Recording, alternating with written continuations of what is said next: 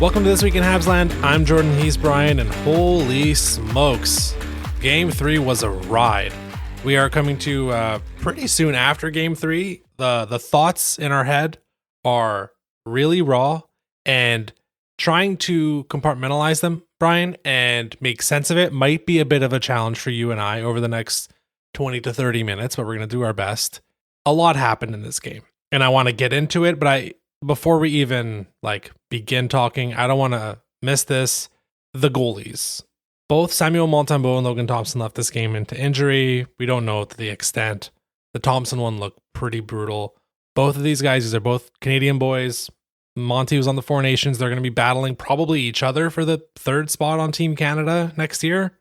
Just tough. It sucks. It sucks to see guys get hurt and just get, look at both of these guys. Thompson's had an up and down journeyman-ish career, and Monty was on waivers 3 years ago. We've talked about it over and over again.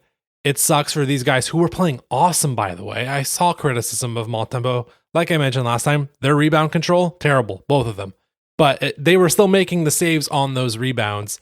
It just really sucks that they're both injured. I just wanted to start off with that, Brian. Let's do that right away, because I didn't want to forget it and bury that. Yeah, I'm very glad you're doing that. That's the right thing to do, I think, because it sucks. The Habs won the game. We're thrilled.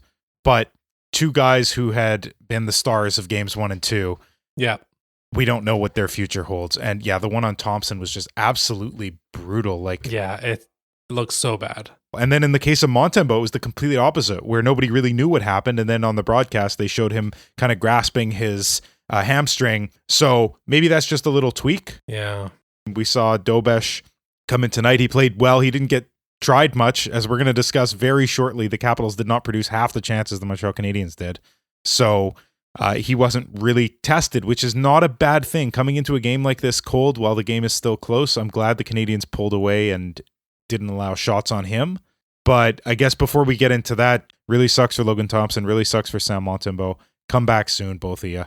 Yeah, so we can get into maybe towards the end of this what changes now that it's almost definitely going to be Lindgren versus Dobesh, but let's park that for now. Yeah. Get back to the game. 6-3 is the final score, and I had some notes in the first period, basically that the third period of Game 2 and the first period of Game 3, Canadiens said were clearly the better team in both those periods, and they were starting to get goalied. To talk about Logan Thompson, he was playing incredible through that first period. Yeah.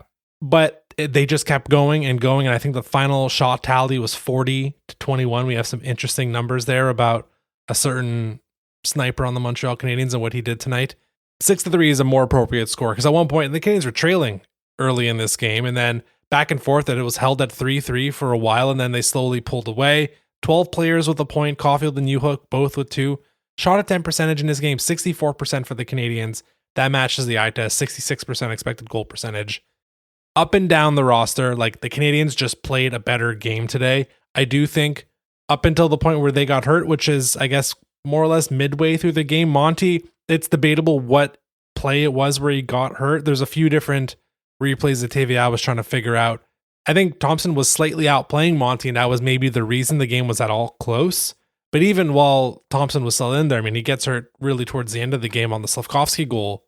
The Canadiens had finally pulled away. They were the better team tonight by a mile. It was just a little too close for a little too long for me, but they won it. And they, won their first playoff game in front of a packed Bell Center in 8 years.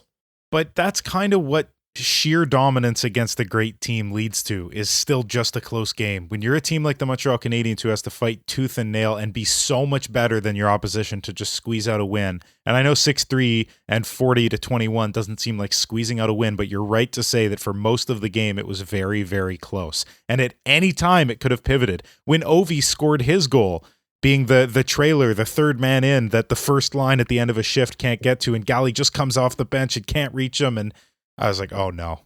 Ovi is clutch, and he always finds a way to bring his team back in.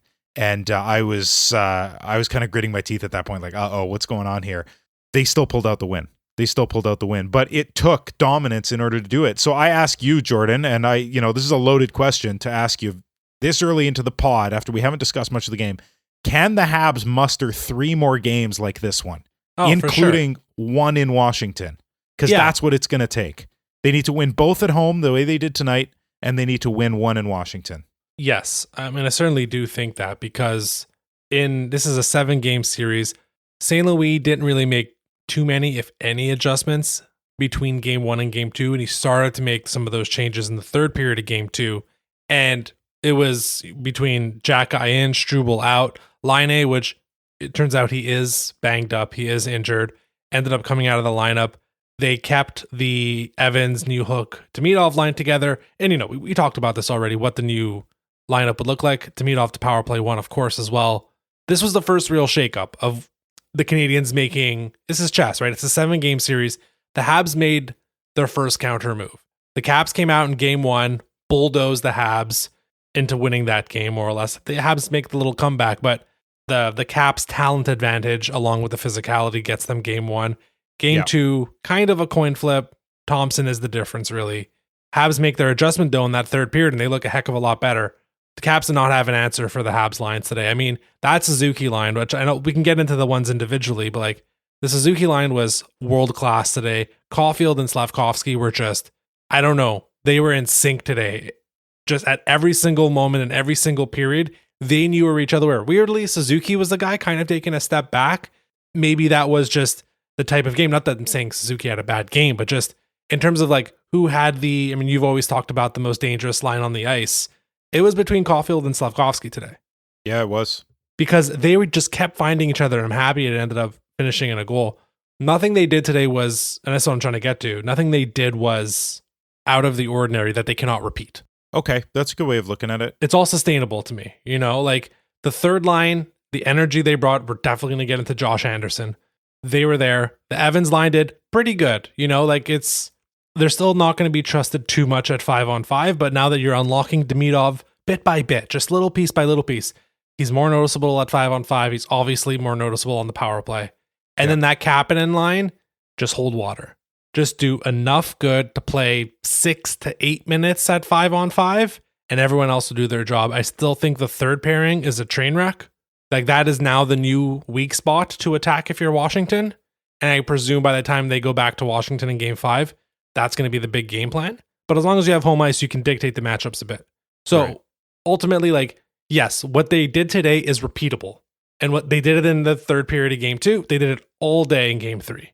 So certainly they can do it again. It's just the Caps' talent advantage. I mean, we saw today 21 shots. They still scored 3 goals. It was still a toss-up game early in the third period. So it's hockey. Yeah, it's hockey. I want to get into the first line. You alluded to it earlier, and I want to give this stat. Cole Caufield, 11 shots on net tonight. That ties a Montreal Canadiens playoff record. He ties Jacques Lemaire, who did it twice, and Guy Lafleur. Pretty good company, I'd say.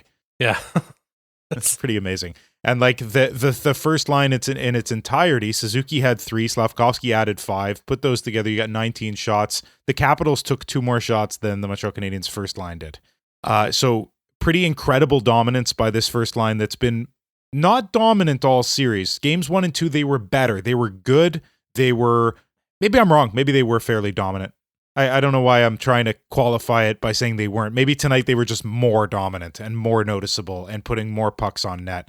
And the Montreal Canadiens got some power plays. And wow, they capitalized. It worked. Suzuki had that very lucky, the puck's bouncing in the crease, and he happens to be able to smack it a la backhand right after the draw. You're calling it luck with the Suzuki goal. One of my sayings is luck is the residue of design. Yeah. When you put yourself in opportunities to score, you're going to appear to be lucky more often. It's just because you're getting more opportunities to get lucky. Yes.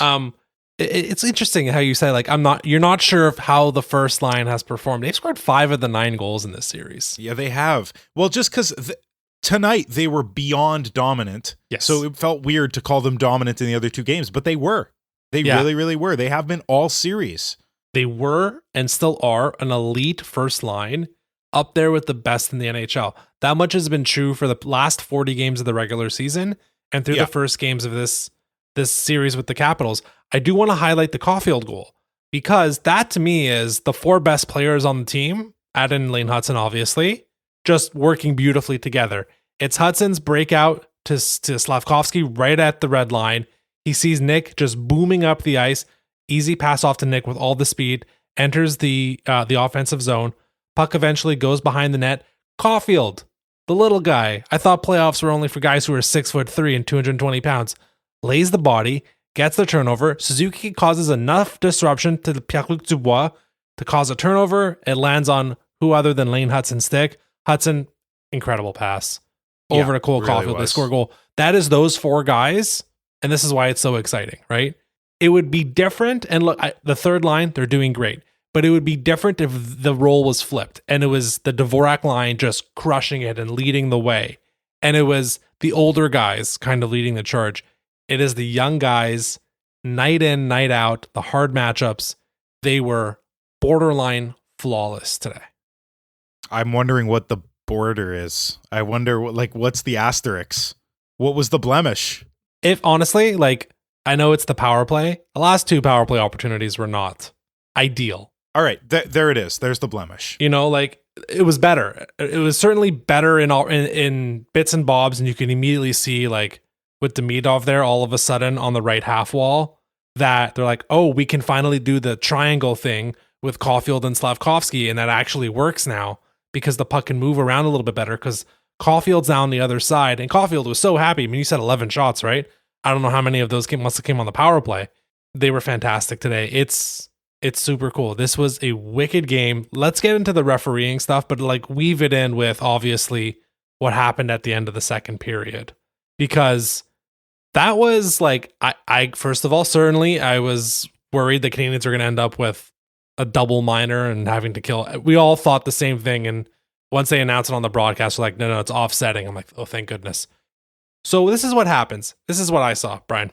And we can weave in the refereeing because the refereeing up until this point, games 1 and game 2 for sure, and there were still some shenanigans in game 3, leads to this moment, right? Yeah, that's right. If you call a tighter series, and I was looking at it before the game started, the Habs and Capitals series through game 2, it's different now certainly, had the least number of power play opportunities per game in their series compared to others. It was at 1.75 power play opportunities per team per game. The average was something around 3.2, 3.3, the numbers we talked about before the series started. Yeah. And that leads you to, and I certainly believe the Capitals, this is their game plan at this point. They are going with and this happens, you see it a lot in basketball, they can't call everything strategy. You'll see it in basketball where it's we're going to foul someone on every single play, and we're going to challenge the referee to make a foul call every single play. There's no doubt in my mind that's what the Capitals are doing. It worked in the first 2 games. It was working less and less in game 3. Some fairness in the officiating, please. We've been wanting that, and it's finally here. It feels great. The Habs got 5 power play opportunities tonight, and they deserved 4 of them. So that 5th one, I think, makes up for one of the 20 missed calls prior to that. So we're on the right track here, Jordan. I don't know. At the end of the day, just call the game the same way you do in the regular season, starting in game 1, first period, puck drop, and you would have had, I think, none of these issues you got today. Because it's really a thing where it's the Capitals, again, I'm saying the Capitals, I'm sure other teams do this, where it's we don't think they're going to call interference on us 12 times today.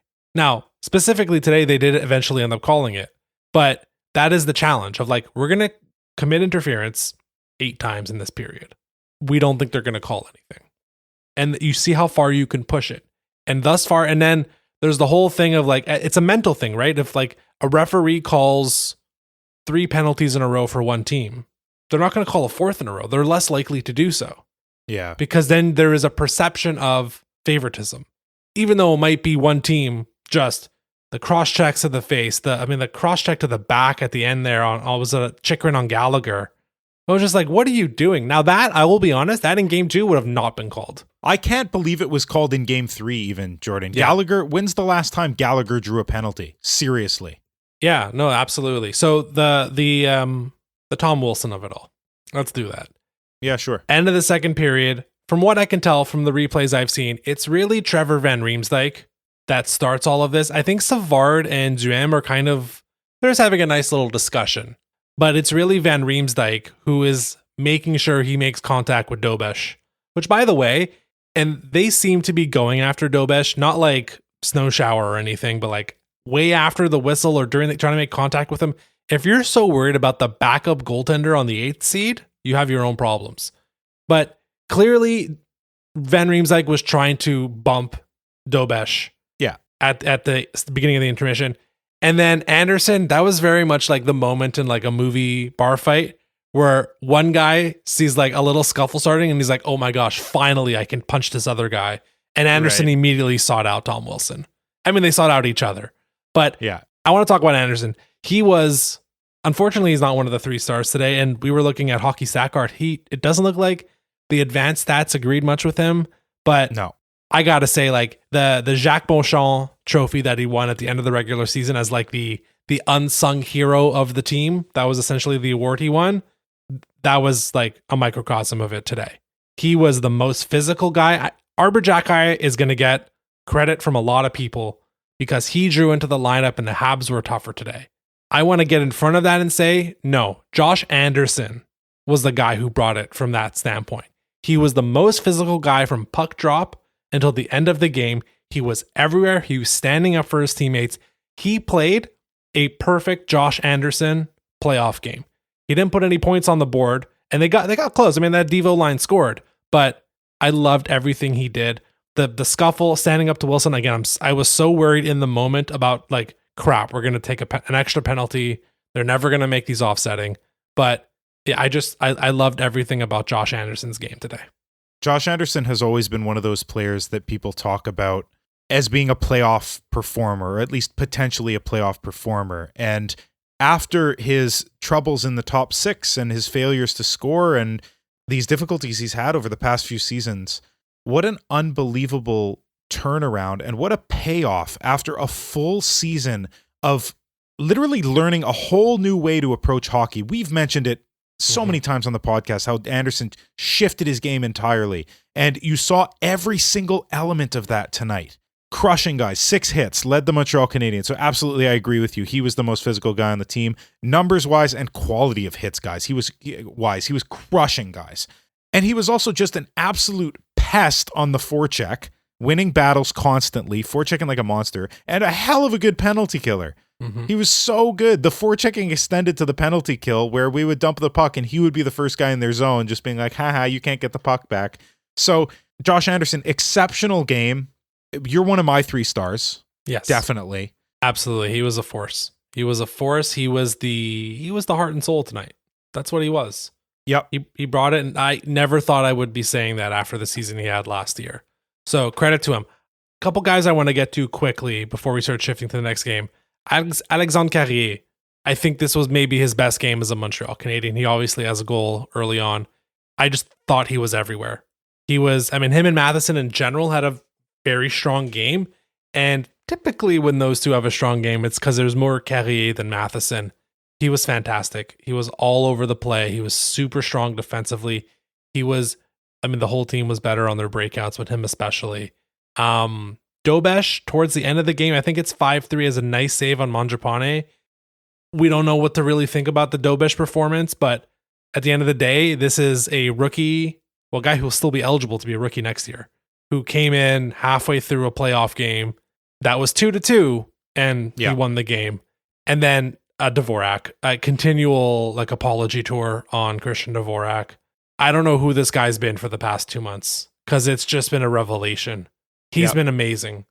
I mean, amazing is a strong word, but I think you mean compared to what he was prior, the change is amazing. I mean, he's been the second line center for 6 weeks now, when you think about it. Yeah. Sure. I mean, I was getting ready to say that I wasn't amazed by him tonight, but that's fair. Maybe I'm too hard on him. He had the goal. He had the goal. He had several giveaways, but you know what? I'm being too hard on him, as I always am. Yeah. Tied for the team lead in goals, by the way, Christian Dvorak. That's insane. Yep. Suzuki, Caufield, and Dvorak all have 2. All right, I take it back. He's sick. I want to point out the other absolute star for the Montreal Canadiens, beyond star. Could not have won this game without him. Brandon Duhaime, thank you. Oh my gosh. Thank you, you goofball. They called the egregious elbow to the chin on Savard, which I was still at the point of these refs are terrible. I was getting ready for my speech of these guys, and I had the bleep ready to be pressed when I said a bunch of stuff. but they had to call that egregious elbow. Then he takes another penalty later, that interference call that Newhook drew. Newhook drew 2 penalties tonight, scored that beautiful goal. Newhook was absolutely sick, so maybe the actual star should be him. But Duhaime, and then Duhaime is the one who puts in the Dvorak goal. Yep. So thanks, dude. Game 3, you played Wonderful. awesome. Yeah, honorary Hab tonight, Brandon Duhaime. Loved it. Yeah, I loved it. Okay, so let's start shifting, because we can talk about these guys forever. But like, I thought Emil Heineman, like you were talking about the forecheck, Heineman on the forecheck today was just, it's one of the most enjoyable parts of watching this team. He has a forecheck left with 7 minutes in the game where he just bulldozes a Capital, says thank you for the puck, finds Newhook open in the slot. Sadly, Newhook couldn't convert at that point. I do think Logan Thompson got a bit on that. It wasn't a high and wide thing. Heineman was great on the forecheck. That, again, that new fourth line, some baby steps, I think, required. It's certainly an upgrade from what we saw in game 1 and the first 2 periods of game 2 in terms of what a fourth line could be. So I wanted to mention Heineman quickly. They're absolutely finding their game. They're figuring it out. And as this series progresses, my thought initially was like, through attrition, the series is only going to get worse for the Montreal Canadiens, so they have to start really strong. But what's actually happening, and it's small sample size, it's only 3 games, but like what's actually happening is the young guys and the guys with very little playoff experience seem to be starting to thrive. They're figuring it out. And as they figure it out, advantage Montreal. I hate to say it, advantage Montreal. Yeah, listen, Habs had 45 hits today. Capitals had 26. So we're going to go back to game 1. I believe it's 42-33 Caps. So I don't know if that's the Caps slowing down or if it's really just, it's the classic first game at home. Game 3, you have the extra juice, which we have to say, Bell Center, well done. Oh my God. Like, stick tap to you, more than a stick tap, really. Like, top tier, keep it going. That continues to be the loudest building in the NHL. Yeah, I have one caveat for that because, yes, while the Habs were buzzing at the end of the first, so was the crowd. They had been buzzing all period with the Thompson and the refs, you suck, chants we all know and love. I didn't love, though, that the Thompson chants continued after he got hurt. I would have loved to see the Bell Center take the high road. And I'm sure most people did, but a very vocal minority did not. And so I still heard that a little bit in the background. Yeah. Did not love that.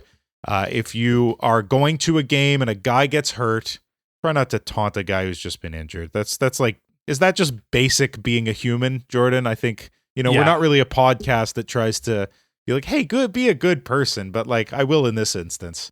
Yeah, and that's part of the reason I wanted to start the episode about Thompson and about Monty. The goalies. Yeah, exactly. So, game 4, we got a series. It's 2-1. We haven't talked about Jack-Eye too much yet. What happens now? Because I've told you, I think the Canadiens have made their first move, right? It happened towards the end of game 2, and it kind of calcified in game 3 here with what I don't think they're going to change the lineup one iota, other than, of course, Jakob Dobesch. Will be interesting to see who gets called up. I'm going to presume it's Caden Primo. I do believe it cannot be Jacob Fowler, because I think there's some... no one understands how rosters work, but I do not believe Fowler can be called up. So it'll have to be either Connor Hughes or Caden Primo. So I'm presuming it's going to be Primo.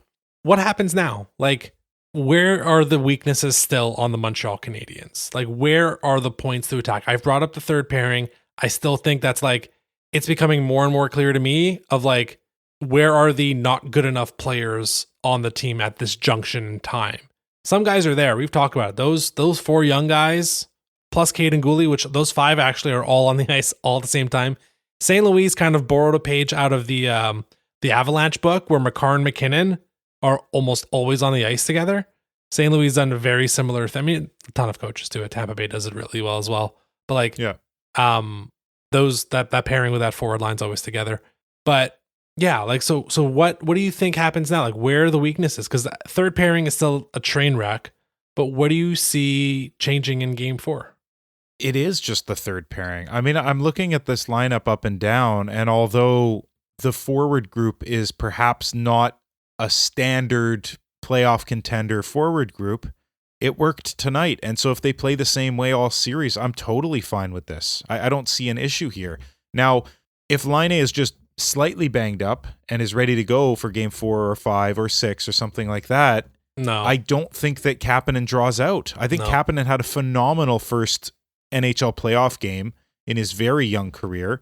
he only played a little over 8 minutes, but for all of those minutes, I think he was dead on. He was really just consistent and smart, making the simple plays. So I don't think you take him out for a guy who was not helping the power play anyway. We saw tonight the power play was sick. They had 4 shots on the first power play of the game. Yeah.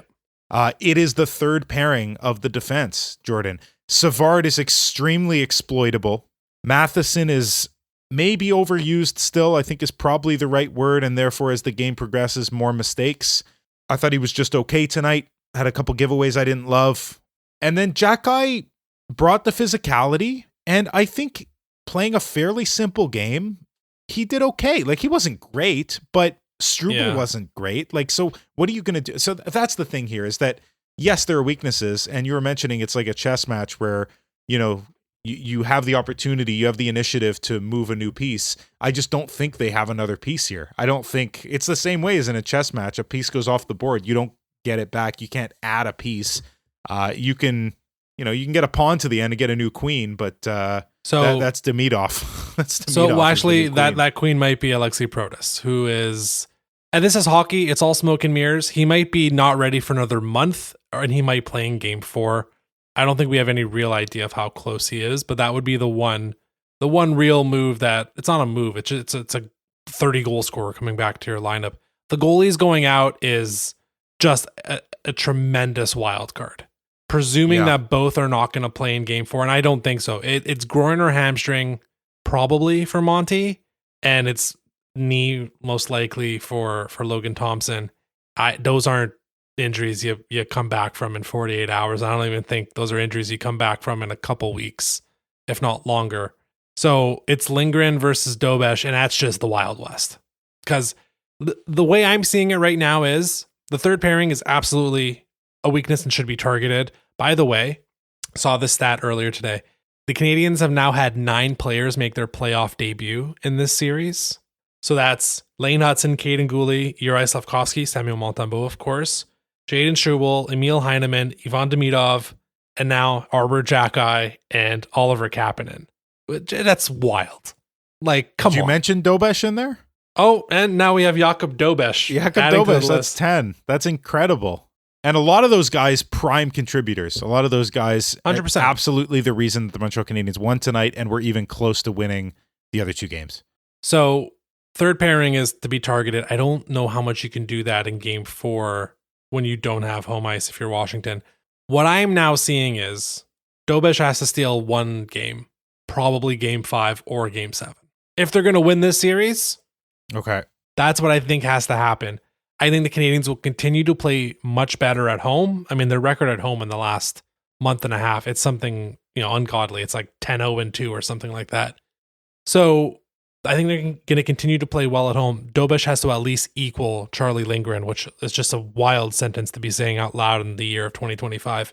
But if you can get to that, I think they have a good chance of winning game 4. Alexei Protas, ? Who knows? We now know they will be shifting back to Washington. And look, Jakub Dobesh, I believe, played a game in mid-January against the Washington Capitals. Played a pretty good hockey game, which I thought was an interesting piece. At least he's not coming in cold to a team he has no idea about. He's played against them before in the past, and they won that game. I think that's what's going to have to happen. There's going to have to be a Dobesh game somewhere in here. If the Canadiens are going to win 3 out of the next 4, there needs to be a Dobesh game. You're probably right. It's an interesting thought that he'll have to steal a game. I would hope that the Canadiens would not make it so that he has to, and more that he just, in a game where maybe they're slightly off, he just pushes the needle enough. Because I don't want to see the version of the Canadiens that didn't play tonight. I want to see this version of the Canadiens for any and every playoff game that they play for the rest of the season. Whether that's 2 more games and they play really great and Washington just outplays them, or whether that's getting to the final and winning. I don't like, whatever it ends up being, this is the team that I want to see, so that at least they can hold their heads up high and say, like, we gave it our all. If they lose the next 2 games playing this way, nobody will be upset about it. No, like, self-respecting Habs fan or somebody who knows hockey will say, Canadiens suck. No. If they play this way, no matter what the result is, this was an incredible game to watch for the Montreal Canadiens. So saying that Dobesh would have to steal a game, maybe, but I prefer the storyline of the team figured it out in game 3 and never looked back. So the question will be, look, they have to get game 4. That's the big one, obviously. But the question is, can this game travel? Because Washington's going to be better when they go home. They will be. And that's what I mean when I say Dobish has to steal something, is what is the delta and the quality of play of the Capitals and the Canadiens, for that matter, when they go back to Washington, which they now will do next Wednesday. And should also mention there's 2 days off, which at this point I think favors the Capitals more than the Canadiens. But it also might mean on Sunday in game 4, you can empty the tank just a little bit more on those top 4 defensemen, maybe. And maybe you can empty the tank just a little bit more on, I mean, poor Nick, he's playing 22, 23 minutes a night, easy at this point. Although I will say it was interesting. I haven't checked the shift chart. After the power play ended, towards the end of the game, they didn't see the ice, I think, the final 3 minutes, which I think was 100% St. Louis being like, no one's getting hurt. Yeah, I'm exactly. just sending, it's going to be Jack-Eye, Savard, and then the bottom 6, and that's all I'm sending out, more or less. I think Matheson Carrier had one shift, but there was no Hudson, and there was no Demidov, and there was no Suzuki line. Yep. I liked too that power play prior to that, he did put out the first unit. He wasn't like, okay, let's defend this lead and just put out the Evans line plus 2 defensemen. He put out the unit and said, here, have another go at it, have another practice, kill their confidence even more, try and score again, which is great. And then, bench is, stapling their butts to the bench after that. Very smart idea. I think that's a no-brainer to protect your best players, your young and best players. No question. So I think we can probably wrap at that, Brian. Look, there's just, like I mentioned, there's 48 storylines. I'm sure 48, funny. I'm sure we forgot to talk about some of them. Oh, definitely. What matters at the end of the day is the Montreal Canadiens were clearly the better team in a playoff game in April 2025, and they won the game handily. They won it 6-3 at home. And that is the number one headline. There's a bunch of other stuff. The young guys played great. Overall, as a team, they played great. There were so many less turnovers. They were so disruptive in the neutral zone to getting Washington to cough it up. They played a really good hockey game. The question is now, can you follow it up? Can you be consistent? Yet another challenge for this young team. And we'll see what happens on Sunday night. So with that, we'll wrap the podcast. You can find us on social media at HabslandPod. And until Sunday night, go Habs.